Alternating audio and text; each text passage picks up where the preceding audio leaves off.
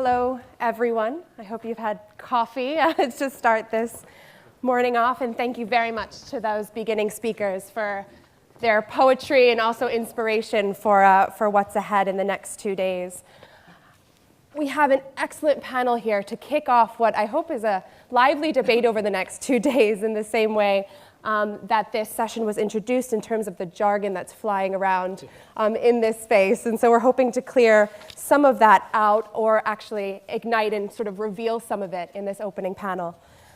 Our panel is accelerating net zero business solutions. And we don't want to confuse people, but we're going to start with net zero and then move on to net positive later in the day and the week, and talk about how in this resource-constrained world that we're in, business as usual will struggle to compete, which is what the initial speakers really did an excellent job articulating. And we are in the middle of their context setting, and what follows is a session with CEOs and business CEOs. And I think what we're going to talk about today is what is that bridge? What is the tool? What are the tools that are needed to get zero, get net positive onto the radar of some of these companies and drive action? So what we have today is a panel of experts both in advisory and within business.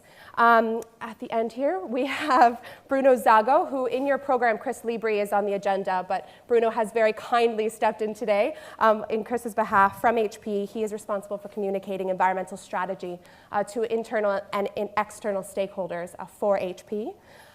We have next Bruno Berthon, who is the Managing Director of Global Sustainability Services for Accenture, which recently combined for sustainability and their strategy practice. So he leads a team of 1,500 consultants working with business on sustainability challenges.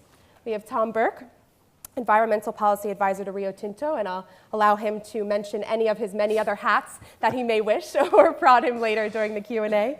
And Ralph Thurm, Founder and Managing Director of Ahead, a management consultancy on sustainable transformation. So we need a new breed of innovator. I'm here, my name is Amanda on behalf of Volans. I have a few hats here, moderation, which I'll use the power of both to discuss zero as a target and also case studies of where zero has popped up on our radar at Volans. Recently you heard mention of the Zero Knots by John Elkington, who I have the luxury to work with, and where we profiled a number of zero knots in this space aiming towards zero.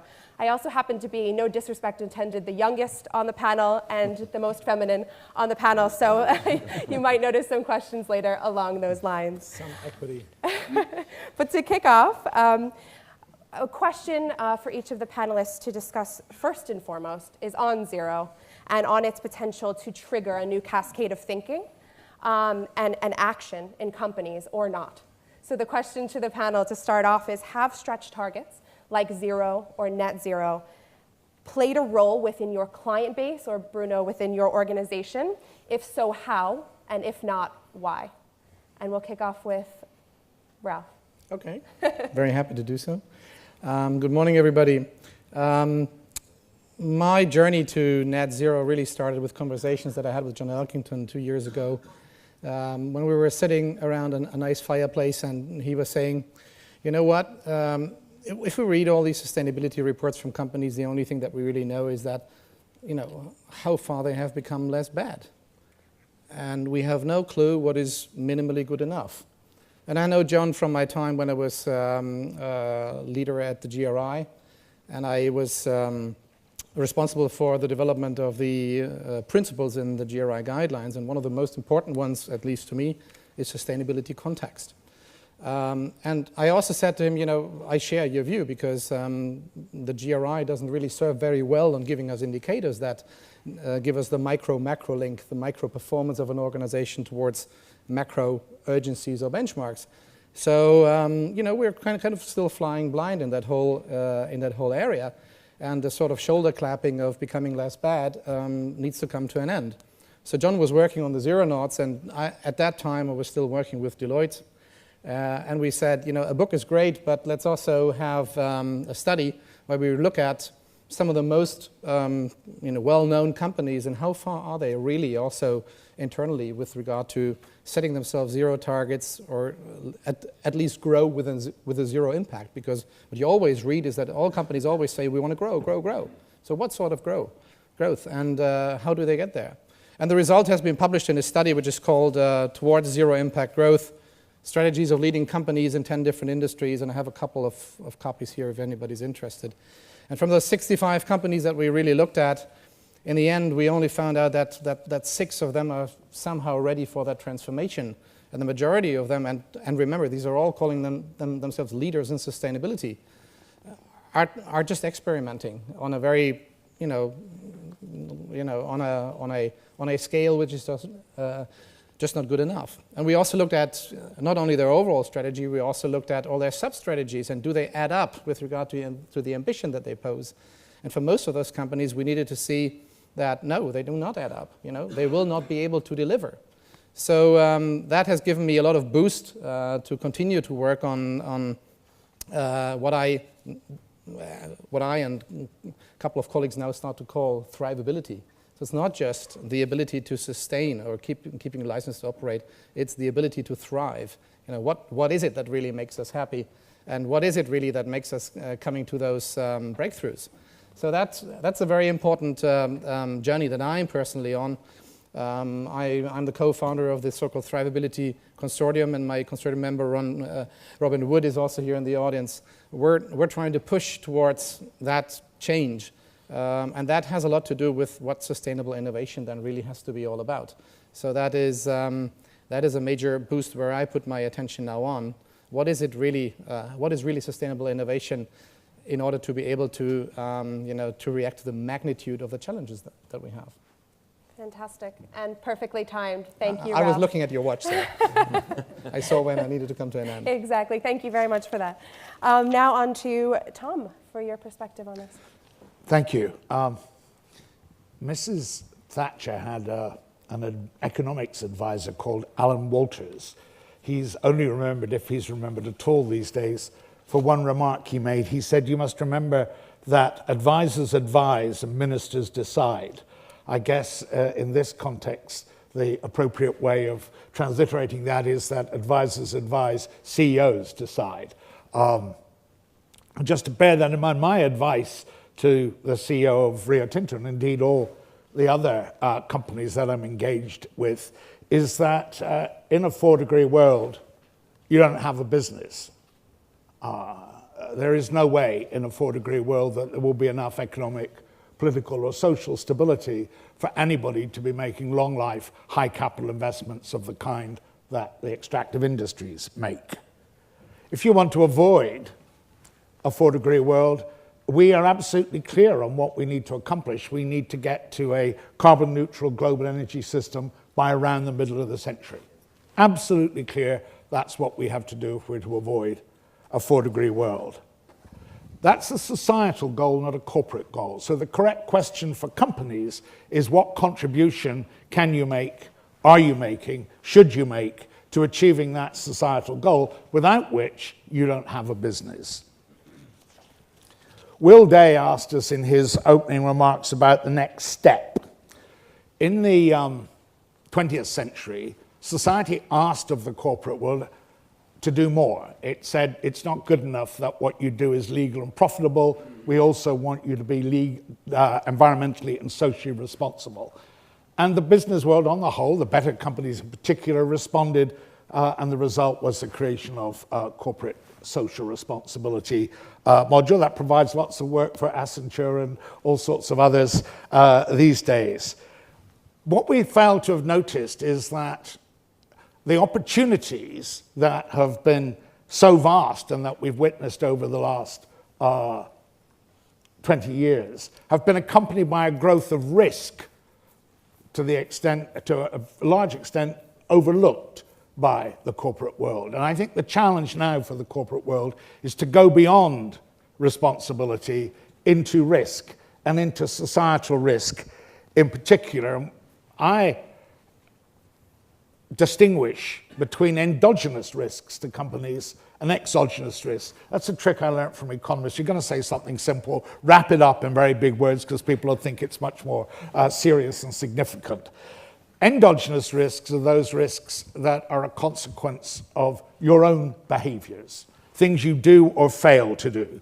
And tools like stretch targets, net positive zero, all of those tools are really important tools for helping companies address their endogenous risks. But the risk landscape that is changing fastest and is most threatening to the corporate world is the exogenous risk landscape. Exogenous risks are those risks to your business that are a consequence of things other people do or fail to do. And in particular, the things that governments are consistently failing to do. And what they are most consistently failing to do is to address the problem of maintaining the food, energy, water, and climate security that is necessary to sustain the stability that makes business of any kind possible. So there's a conversation that needs to take place between business and governments, which business has not yet begun to be fully engaged in. And to my mind, that's more significant than the stretch targets for internal risk management. So how to accelerate the adoption, the use of these tools, but that sort of engagement. And what's become clear to me increasingly is that the corporate world needs to build a culture that can address environmental and social risks. It has built, in at least its better parts, a culture that addresses safety. It now needs to build a culture that addresses environment and societal risk. And building a culture is not just a matter of KPIs, management systems, all of those measurable things. Building a culture, at the end of the day, is about what people on the front line say to each other, not what is said up and down a line of management. And we haven't begun yet to learn how to transliterate the experience from building safety cultures into an ability to manage environmental and societal risk. And that's the big challenge, it seems to me, that these tools can help with, but only if there's a supportive culture that makes the use of those tools normal, routine. Thank you. Thank you very much, Tom. Next, the first of the two Brunos. Thank you, Amanda. Good morning to all of you. A beautiful setting for a B4E event. From a French perspective, an English club is something that we believe was never going to be sustainable, and you're proving us wrong all the time. So that's the beauty about revolution. It still needs to happen sort of on a regular basis. As you've heard, sort of pedagogy is all about repetition. So by quoting one of the earlier speakers, I will quote all of them, which is going to make my life easier. And I think I'll start with Sally. And I think that the 3 points about collaboration, system innovation, and experimentation, because it's at the heart of the business solution that we're working on in Accenture. I wanted to start to talk about, the question is about zero, and I agree, it's all about tools and culture. And from a business perspective, zero is one of the tools that will allow to change the culture in an organization symbolically. But the objective of changing the culture is to identify solutions that business would not be implementing or developing on its own. And we had a session actually last week called Sustainability 24. It's a virtual sustainability event. It's a zero carbon virtual conference around the world where we bring sort of business and partners together to think about solutions. And what I wanted to talk about is some of the themes that came out. Unfortunately, sort of most of the conclusions have already been said by Sally, but let's try to translate that into some concrete examples that have been proposed by a number of businesses. One theme was around circular economy, which is conceptually something that you've all heard about. But what was interesting was to start seeing some real examples of what it means for business. I love the Michelin cases, tire as a service, which is clearly a very smart way. You could always argue that the best car is no car, but until we have reached that objective, having a model where you're actually using your assets more effectively because you're sharing them or using them on the basis of your functional need, not on the basis of possession, is something very important. We see that in the ICT environment, which is, of course, very much developing on as a service model versus what used to be sort of, project-based. And I'm sure my other Bruno is going to talk about that in a minute. Second sort of big topic is all around sustainable consumption. Of course, I'll try to avoid quoting Unilever because everybody will, but the whole point about having pretty much every consumer goods organization trying to figure out how to move from a pure volume model towards a value model, which is much more around the functional needs of the consumer, including pleasure, fun, and nice clubs. But in the concept of avoiding a pure either discount-based or volume-based model, and again sharing becoming one part of the solution. The third big theme, which is very much in line with zero, is energy efficiency. I think every business is recognizing the absence of progress in that domain. Not so much about business itself, because when you have a business case, business tends to actually sort of use it. If it's profitable, we make it happen.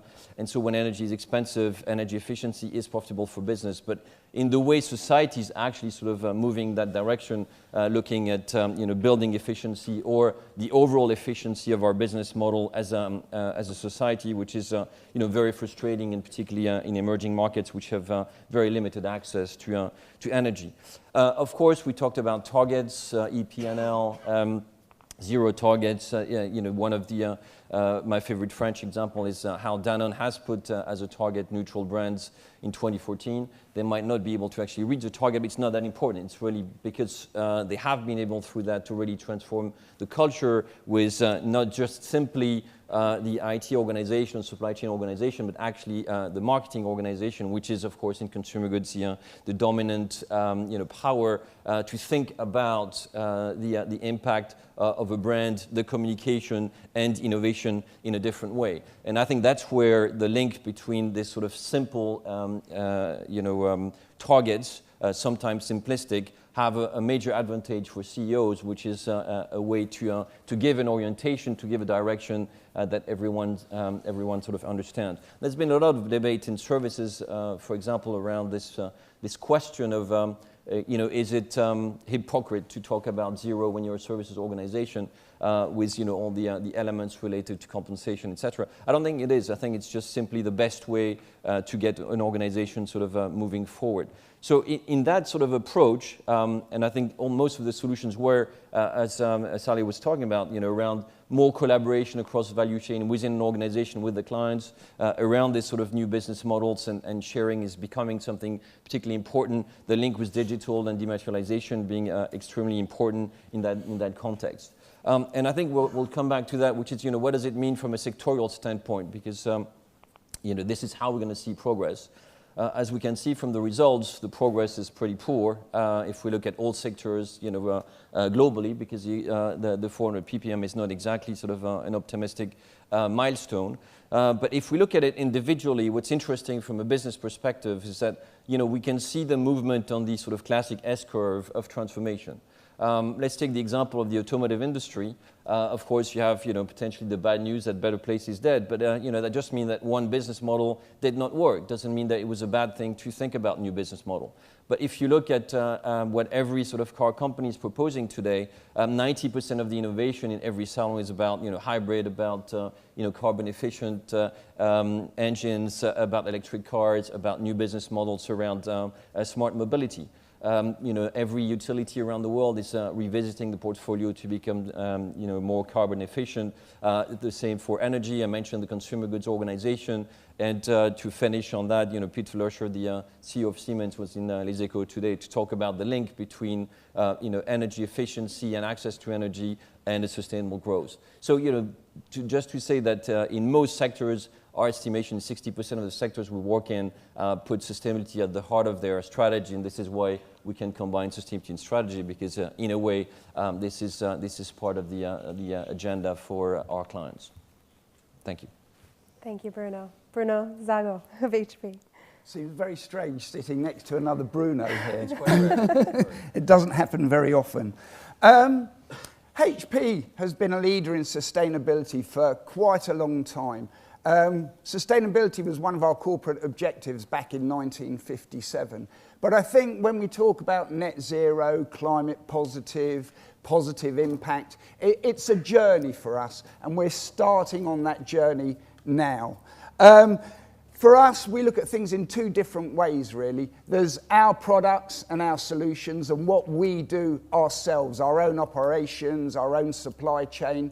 But really, it's about what does our products and solutions do for our customers?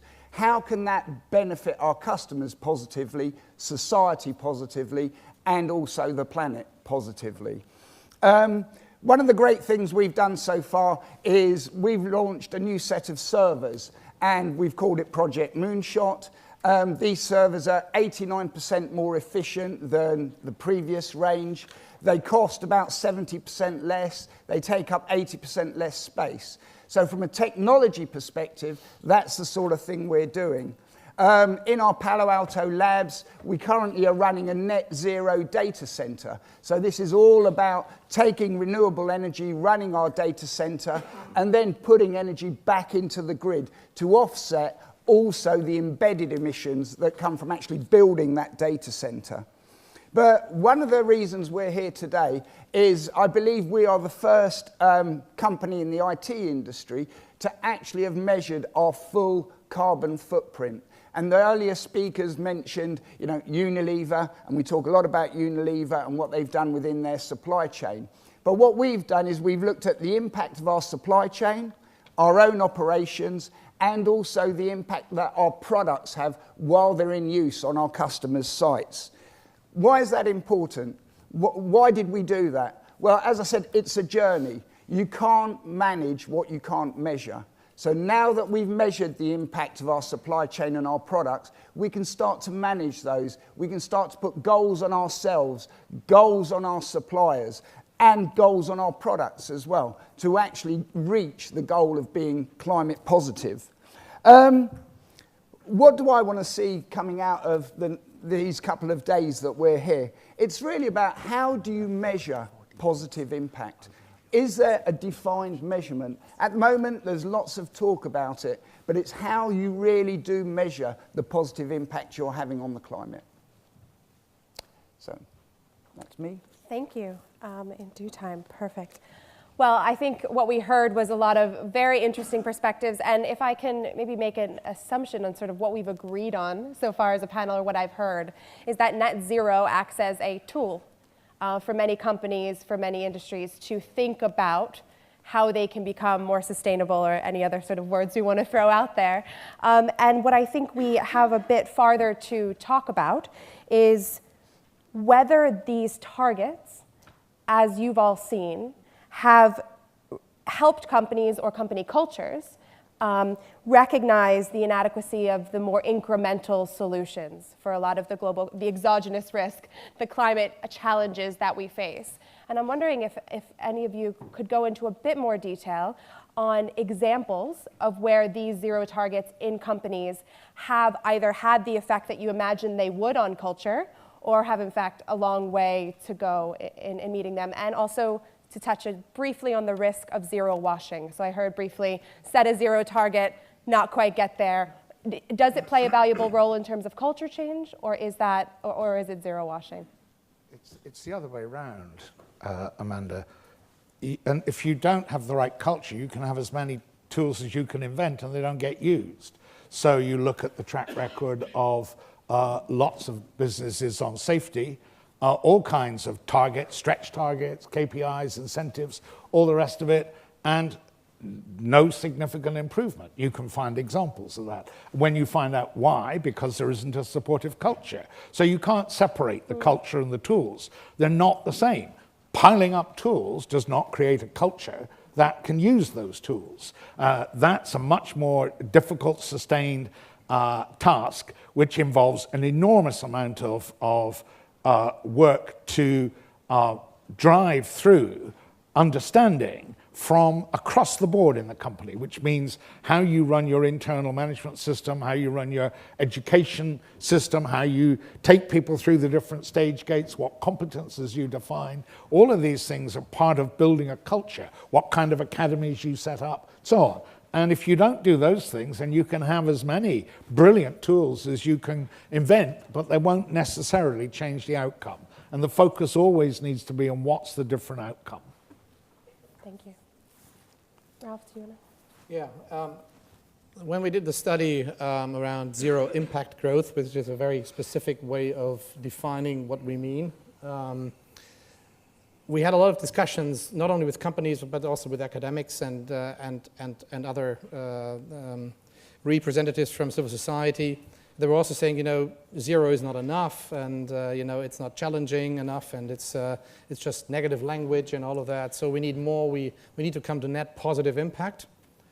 And having worked with companies for more than 20 years now, I said, yeah, I fully agree to that there's a whole world to win beyond zero.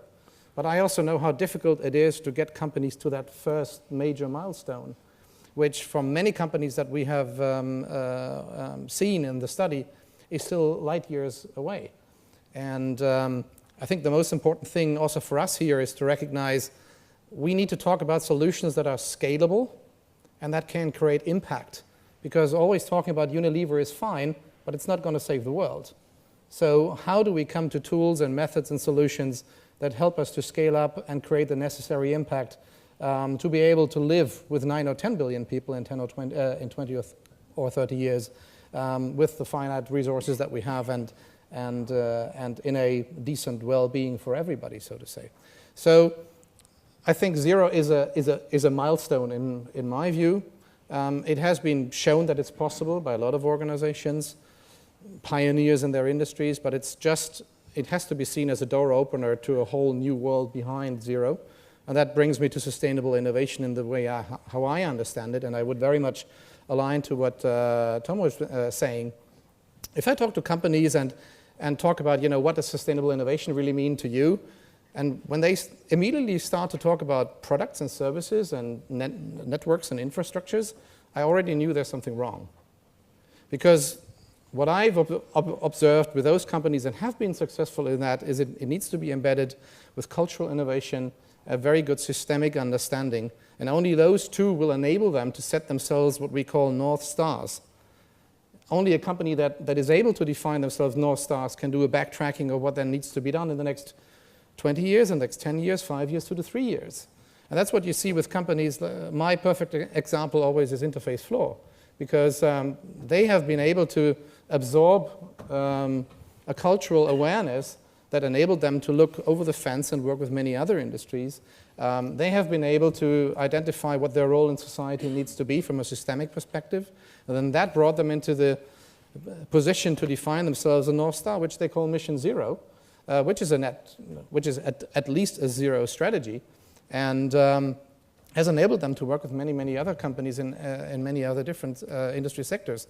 And now that they have their cultural awareness and their systemic perspective, they were able to define themselves the North Star. And if you now look at their sustainability reporting, because it's not sort of a one-off report, it's like 4 pages. Page number 1 is what's our vision and mission and our role in society. Page number 2 is what's our performance. And these are like 7 or 8 indicators, not more than that. A third thing is that they say, what are our major challenges? And the fourth thing is, I would call it an offer to collaborate, where they say, okay, these are the things that we want to collaborate with others on, to come to Mount Sustainability and reach the peak. And now that we are at 80%, we see that the air gets thinner and thinner and thinner, and we need to take ourselves by the hands to really get to the top. So we need to collaborate. There is no other way. And that's, again, if you hear companies talk about innovation and they immediately talk about products and services, remember there's something wrong, because you need this environment, this embeddedness into cultural awareness, systemic views, and the ability to set themselves North Stars. Thanks, Ralph. Interface is a really interesting example of a company that set zero targets, Ray Anderson back in the day, and then we've been able to see the longer term results of that in their culture. Yeah. Bruno. Yes, well, first comment on the zero as a tool. If you look at carbon emissions reduction, a lot of companies did great progress in the first 3 to 5 years, 30-40% reduction. The power of zero is to remind everyone that the gap with the objective is huge. If we take Tom's example on safety, Accenture has 270,000 people around the world. 1% of unsafety means 2,700 people a year, right? So the difference between that and zero when you're talking about a topic like safety is absolutely huge. And so the percentage model is completely inadequate, like it was inadequate in total quality kind of models. An example I love is a consortium in the IT industry, which is led by the Bell Labs, and their objective was to figure out what is energy efficiency for networks and for the internet. And again, you can look at it incrementally, and 10, 20, 30% is relatively sort of simple. And they had this sort of great vision. They thought, what is the most efficient network in the world? And they figured out it's probably the human brain. So the human brain needs 20 watts to operate with power which is fairly similar to the one of the internet, if you assume that you're not stupid, which is probably the case, right? So there is a very effective model that we have around the world that we can use. And if you compare that energy efficiency with the internet, the gap was about 1 to 1,000. And so the point there is that if you're looking at it from what the internet consumes today, you think 30% or 40% is a fantastic objective. If you look at it versus an ideal model, it's 1 to 1,000, and so the ambition is completely different. The scale is completely different. And so that's where it's interesting to set targets that have this sort of ability to really transform the way you're thinking about, about your role, about the impact, about the objective. And that's where I like things like, a concept like net positive, because it applies to carbon, it applies to many other domains. You look at an economic activity with, this view of, all impact included. And it's not just efficiency and progress. It's really, does that sort of activity have a net positive impact on the society and the environment? So that's, my favorite example, the Bell Labs. Interesting analogy, especially because theory has it that we only use a small percentage of our brains, each one of us. Exactly, so even us so how can we get to 100% usage as well? Bruno? I think as a tool, net zero is somewhere that we want to get to. So, or being climate positive or positive impact. And as I said earlier, it's all about the journey of how do you get there.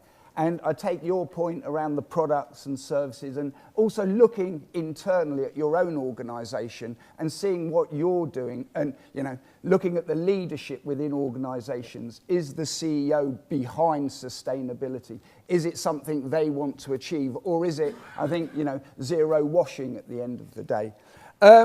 For us, it's very much about what we do in terms of providing those solutions to our customers. So it's really about how can we help you, and most of you in this room, reduce your impact on the climate. And there are lots of different ways you can do that. All of you will have heard about smart metering. So again, it's about showing how can you reduce the impact going forward. Simple things that you may or may not be aware of in terms of printing and publishing. One of the things that we look at is, I think, something, I can never remember the numbers, but something like 30% of all printed material never actually ends up going onto a bookshelf or being sold. So it ends up being pulped. So it ends up being wasted. And there are solutions out there that we can provide which look at printing on demand, so you only print what you actually need, what you require. So net zero, climate positive, it's a journey. We're trying to help our customers get there, and we're also setting goals on ourselves to get there as well. And just a word of caution, though, that you want to beware the tyranny of numbers. I have learnt from economists that not all numbers are equally meaningful. And there is a real danger as you get into this notion of setting targets that somehow the numbers become important rather than the outcomes that you're trying to drive for. And there's a danger, that not all tools are going to be used appropriately in all businesses. So you need to distinguish a bit about what's appropriate. If you have a hammer, every problem tends to look like a nail. And that there's a danger in this as well as big opportunities, and one needs to be alert to those. Very important, a word of caution, and I think it was Peter Backer who recently said accountants will rule the world. If you can make something zero, that's not necessarily the end of our problems. The next question I have is sort of inspired by Jim's point that we need action from a number of areas. That includes government, very critically. and also across industries, even ones that are very, very far from zero net impact. So a few questions, and also different geographies as well. So a few things we can talk about on the panel here. Ralph, you've done a lot of work in the Arabian region. Any difference or interest from that area? We have Tom, who's worked with government in the past, so if you could put that hat on for a second and let us know where zero fits into that. And then Bruno on behalf of your companies, but also any experience you've had in different sectors or different geographies. Indeed, as you said, I'm doing quite some work in the Arabic world. Very interesting part of the world, because the business model of the complete Middle East needs to change drastically in the next 10 to 20 years. I see more and more of that patchwork of leadership, well, that's maybe a bit too high, but ambition, where the oil and gas driven industries are looking into ways how to diversify. And one of the exercises that I normally do, I'm not consulting these leaders, because what they need in that part of the world is not consultancy, it's coaching. They are normally used to work with consultants. If I have a problem, I'll ask the consultant to come in, solve the problem for me, and then the consultant will disappear again. So that's not the way it's going to work in the Middle East, because sustainability is very much about taking ownership. And that is what that part of the world really still needs to learn. And also, one of the exercises that I do with them is I ask them, what does sustainability really mean to you? And when I see them talking about climate change or desalinated water, so water scarcity, food waste, and all of those things, I make them realize that they are only talking about symptoms. They're not yet talking about the real root causes. And there are a couple like ecological degradation, demographic effects, world trade shifts in technologies, urbanization, the whole transparency agenda, which is still very interesting for that part of the world where they are not used to be very transparent. So that's really where you really start to work with companies in the Middle East, when you make them understand what the magnitude of the change need really is. And then one of the other areas which they also start to more and more understand, or which I help them to try to understand, is that there are a couple of myths that we're all, also in the Western world, are still thinking. We thought that that becoming more efficient has helped us in sustainability, but when you look closer at it, a higher degree of efficiency normally meant more specialization. So outsourcing is one degree of how you do that. But all of that has always absolutely increased the resource and energy use. So if we're thinking that if we become more efficient, that we would help to save the world, that's one of the myths that's not working. Absolutely, we might become more efficient per unit of product, but we will not become more efficient with regard to energy and resource use on an absolute scale. Same thing with what they call productivity or innovation.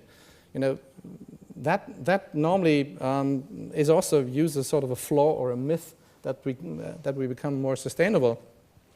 But we very often forget that, and when you look at all these Kondratyov waves of cycles of innovation, when we come up with a new cycle, the old cycles do not disappear. The assets are still there and they are still used. So a lot of what we called innovation and productivity increase has also added up to the absolute increase of resource and energy use. So that also hasn't helped us.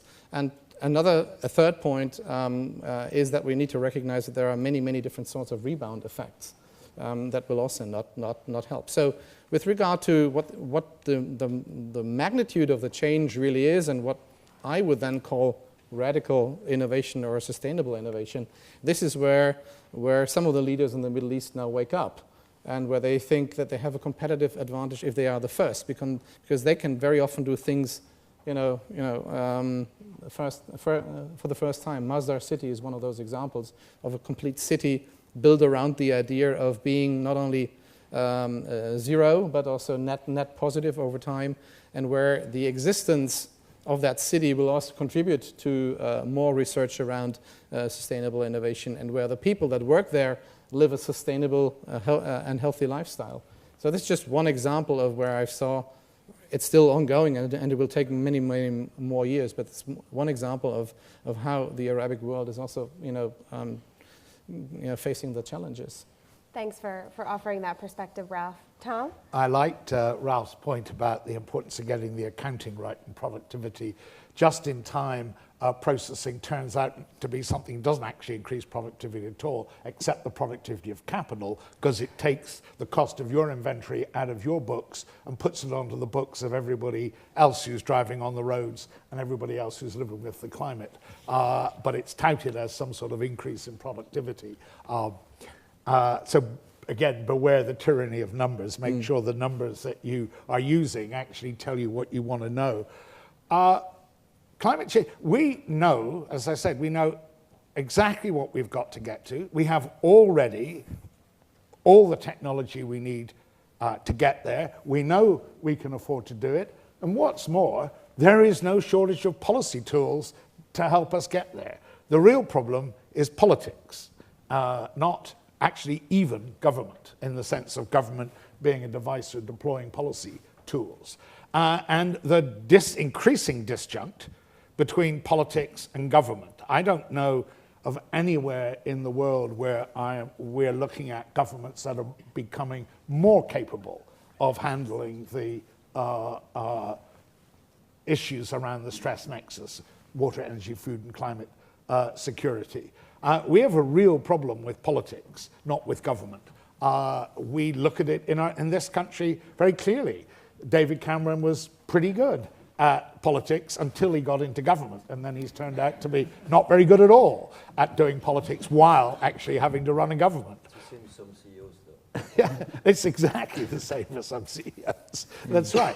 And we really do need to understand that we have a major political problem. Now, politics is always about the distribution of winners and losers. We can make the technology shift that's necessary to get to a carbon neutral energy system, but we can't make it without fundamentally changing the patterns of winners and losers. That means not only do you have to pay for the technology, but you have to pay for the social adjustment cost, because though you're going to provide lots of, it's opportunity-rich landscape, but it's not the same opportunities for the same people in the same places with the same skills, and we haven't begun to discuss what you would do or who would pay for the social adjustment cost, and so on. There are a great many other pieces in that piece. These are political problems, and our understanding of the politics of climate change is not remotely as systematic as our understanding of technology, economics, or policy. And not considering the generational costs as well, which we were talking. Let's not even go there, but I will. Bruno. Yes, the three themes. One is around geography. A couple of facts. One is there are no climate skeptics in China. So I mean, we always had this view of emerging markets being sort of a more difficult environment. You don't need to convince people there is a climate problem in China. You still need to convince half of the US. So I think there is a big gap between that perception. Sustainability in the Middle East is still a bit of a mirage, to use their wording, but at the same time they have also many of the solutions, because it's a combination of if you have capital and natural resources, it's relatively easy. When China has really some of the real challenges, but the consciousness is obviously there, because they have congestion, they have some of the pollution issues, etc. They are in an environment where the visibility is today and tomorrow, and therefore they're moving that direction. On the second topic, business and governments. Many CEOs tend to say that they have lost hope in anything happening from international institution negotiations, etc. Which is de facto wrong, because the dissemination of climate policy will require the support of governments, etc. But it's a way. The positive, let's say, element out of that is business saying, well, we need to act and stop, bitching and asking for, everything that is never happening. Because it might take another 10, 20, whatever, to get there. And I think we are seeing a lot of that change in the last sort of 3 to 5 years.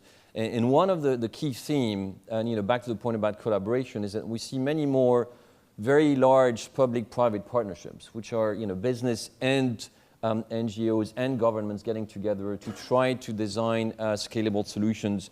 And it's part of what the World Business Council is working on, but you have the Dutch Alliance that Pullman put in place, you have the Green Growth Alliance with Calderon, the SE for All, and it's a new sort of model which seems to be developing very well to get much more of that collaboration between business and government happening in an experimental way, iterative, with some real pilots. And finally, from the sectorial standpoint, I give a few examples, but we're finishing the UNGC CEO survey at the moment.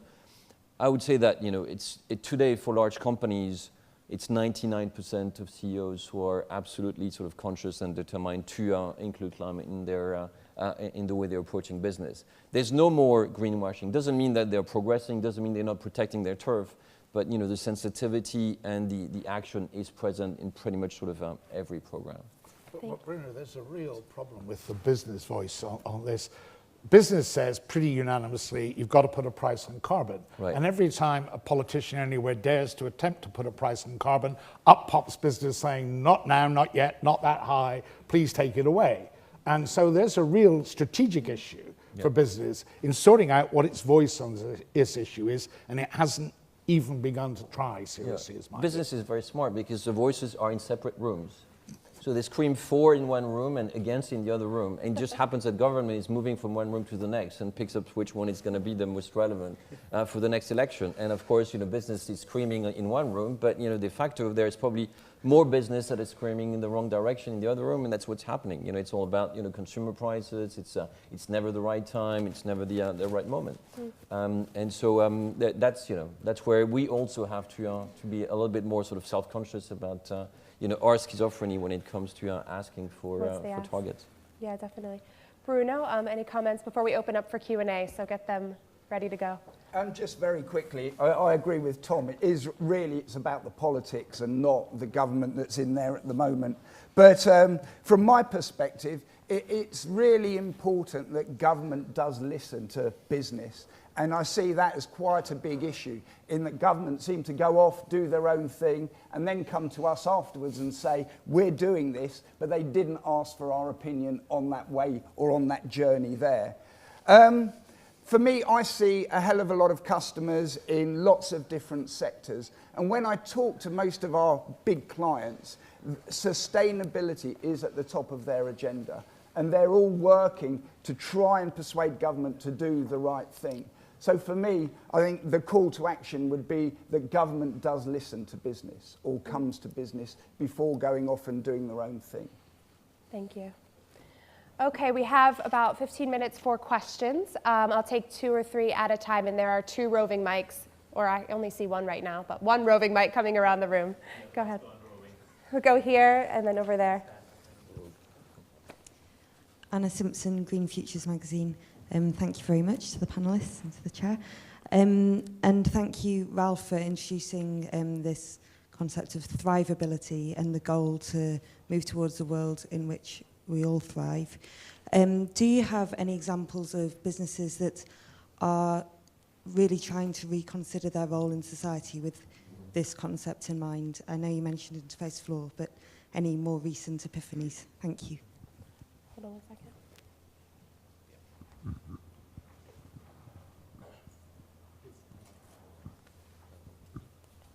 Good morning, Charles Perry, Second Nature.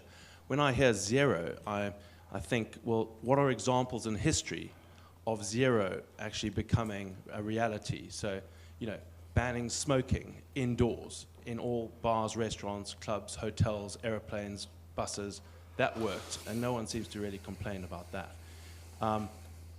CFCs, the banning of CFCs, Thatcher, the Montreal Protocol, that worked.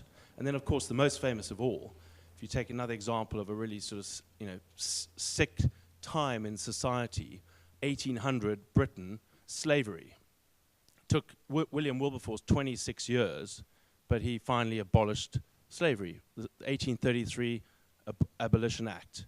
So those 3 examples, what can we learn from those? Because what we're really talking about here is the zero combustion of fossil fuels. So how do we actually get to essentially a date by which we have abolished the combustion of fossil fuels. Okay, we'll take those two, which seem to be a call for more case studies and examples of where zero is either being targeted in different areas or has, similar to interface, been implemented. Ralph, the first question. Yeah, well, thanks a lot. I just personally think that we need a new word, and we can argue that, but the idea of thrivability is really to not see sustainability in its degenerated way as it is applied by many companies at this moment. You know, who nowadays still talks about intra and intergeneral equity. You know, we talk about people, planet, and profit while it was supposed to be people, planet, and prosperity. So the way how we apply sustainability is more the sort of Damocles sword above our head, and it just isn't very sexy. Companies very often have this sort of like, poof, yeah, sustainability, I know, yeah. But I think what we need is another level of excitement, and what we do in the Thrivability Consortium is that we try to combine sustainability, innovation, design, which means also means beauty, and psychology. Because we also often think that we, with our limited human brains, and we talked about the capacity that we have and the percentage that we really use, we need to be aware that we are able to step up to a higher level of human consciousness. We have shown that many, many times in the development of our species. And I think there is, we're also at the brink of stepping up to the next level, where we develop ourselves also through social media, through the shocks that we have seen, through the epiphal moments that leaders had, a new level which allows us to create a sort of a worldview of what we want to be as human beings on this planet, on spaceship Earth, to again mention Buckminster Fuller here. So from that perspective, it's the most exciting thing that I have been doing in the last, let's say, 12 to 24 months to try to explore what it really is, to get out of that sort of sustainability treadmill and into something really exciting, which just has the working title Thrivability, because I think this is what we actually need. And if you ask about examples, well, I would just say the whole development around social entrepreneurship, small companies, new companies that really build and start their business model around doing good and not just trying to repair something to become less bad. You see a lot of B corporations, for example, in the US. They also get tax incentives, which is a combination then also with what politics can actually do and should do. You have huge networks of what is called LOHAS, people who try to look for a lifestyle of health and sustainability. Coming from Germany, I know that there is a community of more than 500,000 people meeting every year. They organize conferences. They try to find ways of how to actually do that. And a lot of new businesses pop up from just working together and collaborate on what it should really mean.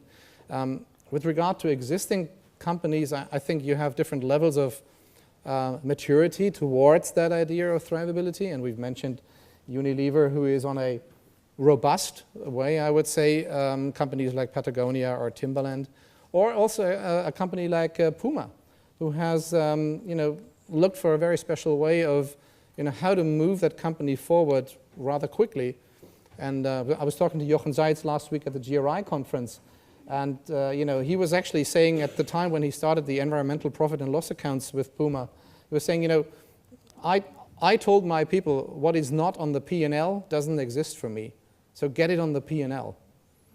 And don't underestimate, there's a lot of criticism that this is only patchwork. It has only been applied to a couple of areas like greenhouse gases and waste and water.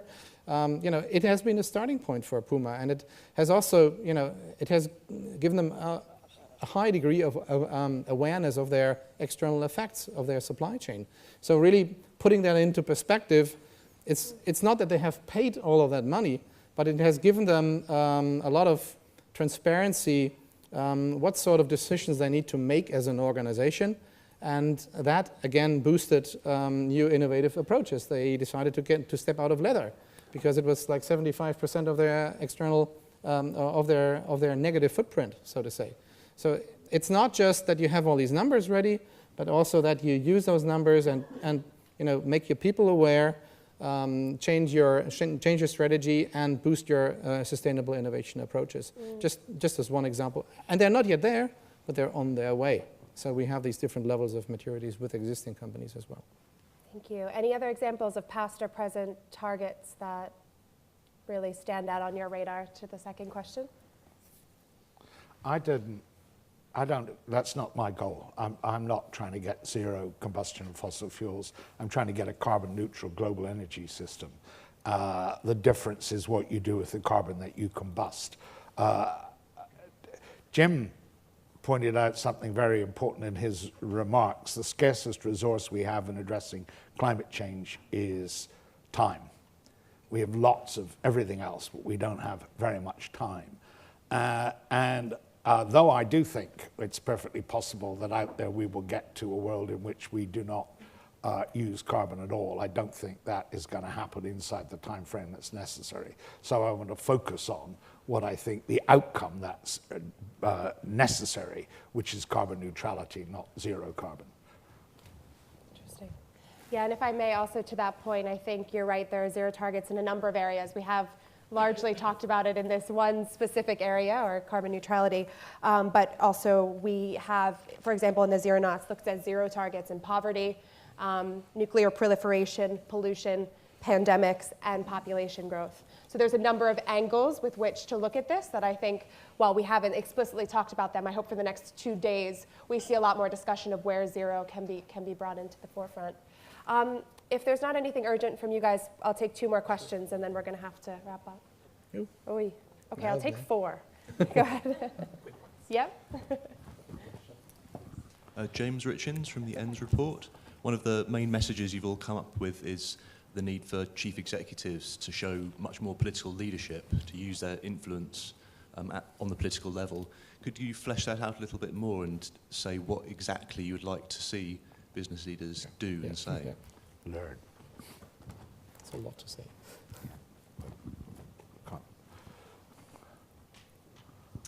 Ramin Gulmaranian from Yingli Green Energy, a solar company. It's kind of to that point as well. I mean, I heard recently somebody say, Martin Luther King said, "I have a dream, not I have a plan." And so to that point, how do you motivate people charismatically to do stuff they need to do rather than try to pin numbers on them? Thank you.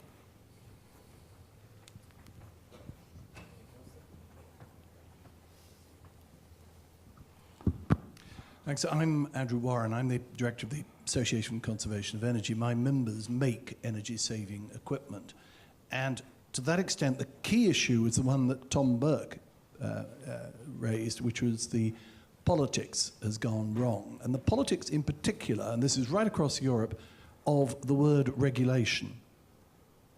Regulation is deemed to be a dirty word, but regulation, particularly relating, for instance, to building standards, is very far from that. It means that we've got minimum standards there.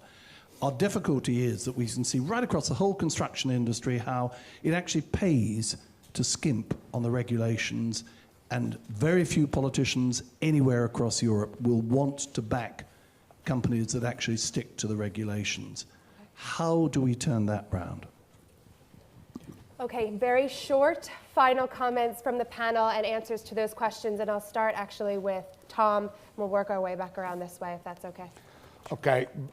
CEOs think that politics is about CEOs talking, for the most part anyway, CEOs talking to prime ministers and government ministers. That is a very primitive and immature notion of what politics is. And CEOs need to learn a lot more about what actually politics is if they're going to have any kind of effective conversation with government. I don't know how you mandate for charisma. I understand its importance, but you can overstate it. The most successful business leader I have come across in the area of sustainable development was Bob Wilson, who practically nobody's ever heard of when he was the chairman, chief executive of Rio Tinto. The most charismatic was undoubtedly John Brown, but look at the results. And I couldn't agree more with Andrew. You get what you regulate for, just like you get what you pay for. There is a mood around that somehow markets are wise and businesses know about markets. Well, I'm working for a company that managed to buy for $40 billion, a company that was worth $20 billion. There's a complete fantasy out there that markets know. Markets will determine outcomes and allocate resources effectively, and that businesses are particularly good at markets. Some are and some aren't, and those that are quite often become those that aren't. So it's a much more complicated question. The best way to get certainty of outcome is to regulate for it. Thanks, Tom. So I follow Tom on charisma. I think if business leaders needed charisma to be successful, everyone would know about it already. So I don't think you need more charisma in that particular topic than you do in any other topic. You need good business leaders that are, convinced, rational, and that implement what it takes. You need a few of them that have charisma to communicate and think we have the Paul Pullman and quite a few others. But to be honest, if we have, and I believe that's where we're heading. 99% of the business leaders being convinced and having a real plan. I think that's a great progress. To the point about dream versus plan, I would say if it's too late to have a dream. I mean, the dream is simply that having a plan in place that's actually going to be effective in time. And so, since we're all about time, I don't think we have time to dream. But we should have much more sort of an effective plan, and particularly from combination of society and business. And the last point being about politics.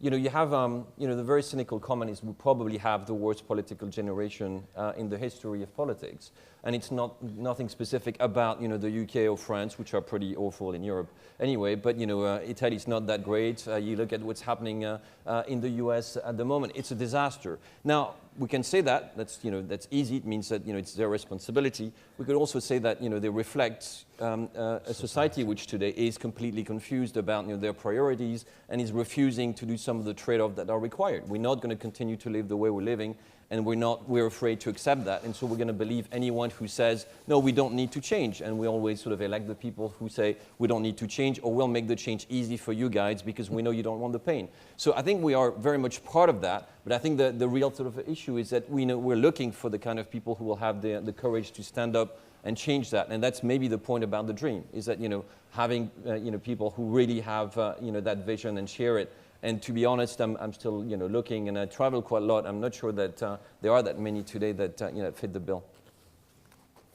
So it's interesting actually, because our chief executive, Meg, she actually ran for governor of California. So she has some political background. Now, interesting enough, does that help her in her conversations with government? I certainly hope so. In terms of how do you inspire people, how do you make them want to do the right thing? With our CEO, she's the first one actually that she's going to address all of our employees. We have an employee communication, and it's actually later on today, and it'll be the first time that our CEO in not the history of HP, but recently has actually spoken to all 300,000 employees about what we're doing from a sustainability perspective and giving examples of what we've done and how we can take that forward. In terms of regulation, I think the call for me is that, when we talk to governments and we look at regulation and they start to legislate on products and things like that, I think in Europe we're ahead of the game. If we start to look at places like the US and Asia, they've got a lot of catching up to do. Thanks. And final comment? Yeah, okay. On that leadership question, when we did the study from the 65 companies, and we had a sort of a maturity model where we were looking at where companies really are when it comes to zero impact growth and target setting. There is the most developed category is called economy. It's actually building on on the 5E model from John Elkington in his book, The Zero Norths, and that category is still empty, and that is what leadership really needs. Being an advocate not just for your own company, but a sustainable world in which your company can actually also thrive. So it is probably the biggest public-private partnership that still needs to be achieved, and that is that where company leaders and governments can agree on true cost, true price, and true taxation, because that would allow capitalism to work in a framework that can exploit its full force. So that is why that category is still empty, because people like Paul Pullman are just now starting to advocate for things that go beyond their own target setting. So from my perspective, I would like to end with a quote from Omar Bradley. He was a general in the Second World War, but one of the things that really struck me was the sentence that he said. I've actually written it up, because it's time to be steered by the stars and not by the light of each passing ship. And that is, I think, where we need to come from incrementalism to something more radical, and where we need to, that's the sort of North Star idea that I have in mind. And all together, we here in the room, but also all the industries, we can be, less bad, continue with incrementalism, or we finally find a way towards an adaptation plan where not everybody is doing everything a little bit, but where also industries are able to align around the North Star, where we can then discuss, who's doing what most effectively.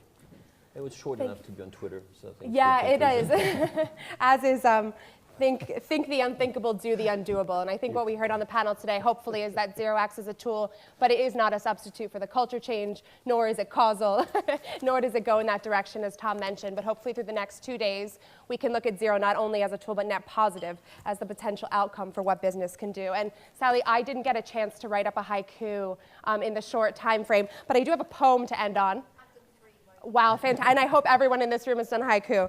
But what we call, this is T.S. Eliot, who has said a lot about Zero in his poetic way. And what we call the beginning is often the end. And to make an end is to make a beginning. The end is where we start from. So how can we use Zero and sort of and net zero as a way to look at net positive in the role of business in society? Thank you all for your questions. And again, to our panel.